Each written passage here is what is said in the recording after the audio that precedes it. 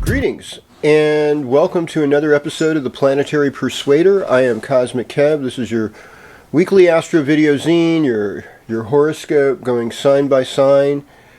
And so this is for the weekend beginning Friday the 7th of July through the 14th of July. So what do we got going on? Well, this morning we're waking up with a moon in Sagittarius in the Vedic nakshatra of Mula, which is ruled by Ketu, the south node of the moon, and it's a very psychic moon.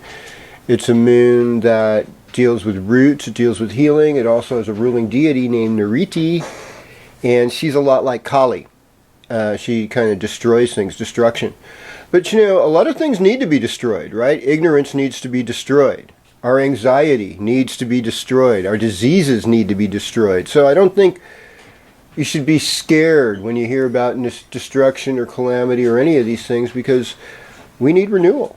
And in order to have a more spiritual path, which Sagittarius symbolizes, we have to get rid of things that are superfluous and BS. And Mula is very intuitive. Mula does have a certain sense of richness in spite of the calamity, living well. It's good stuff, you know. Isn't living well the best revenge? And tomorrow we got a full moon, folks. And here in Pacific Daylight Time land, West Coasters, Saturday the 8th, moon is full at 9:07 p.m. So really around sundown for us in the Jefferson area. And it's going to be fantastic. It's going to be in the nakshatra of Purva Ashada. And Purva Ashada is often a time when people would initiate battles and stuff because it was considered victorious. It's ruled by Apis as its ruling deity. It's like a water god. And it's Venus-ruled nakshatra, along with it being entirely in the sign of Sagittarius in sidereal and Vedic astrology. So, and that's what we're talking about in this particular reference to the full moon. And it gives you this other flavor. You know, I'll talk a little bit about the Western Capricorn moon. We'll get into that because there's some deep stuff with that too. But right now, we're just going to talk about this is a moon for victory, folks. And this is also a good moon to just hang out in the water because of Apis being there, you know, and getting out in the creeks, the lakes, the ocean, your bathtub, whatever you got, you know, just enjoy that vibe of water during this full moon, and know that its symbols are like winnowing fan, winnowing basket. The fan is an act of aggression on heat. I've also heard the elephant's tusk. There's an amount of Ganesh energy in this.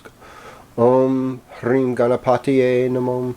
You know, just removing obstacles. You want to have that.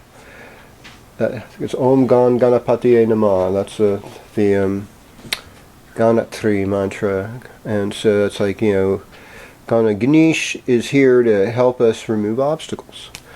And so removing all obstacles, that's kind of what we as astrologers do, is all about. So in Western astrology, what's up? Okay, so you got Sun in Cancer, full moon is happening. Moon will go into Capricorn today, Friday, at, 10:46 Pacific time, I think so, 10:45 a.m. And so, you think about the practicalities of life a little bit more. Full moon in Capricorn, and it's in a place where it's very close to Pluto. So there's a relationship there. Pluto and the moon are only about a degree away. less than 2 degrees away from each other. So there's a lot of transformation happening. There's this vibe that, miracles could happen. In fact, at 11:05 p.m., Pluto and the Moon will conjoin themselves on Saturday night. So there's kind of like, this thing happening.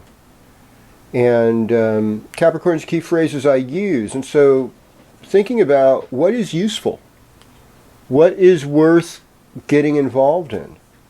Those are like some of the questions to ask with this full moon. In Cancer, the whole thing is about making tribe. Vedic Gemini, we'd say it's finding the divine consort and seeing the polarities as a wonderful thing in our life. So without any further ado, let's get into this week's horoscope, starting with you, Aries.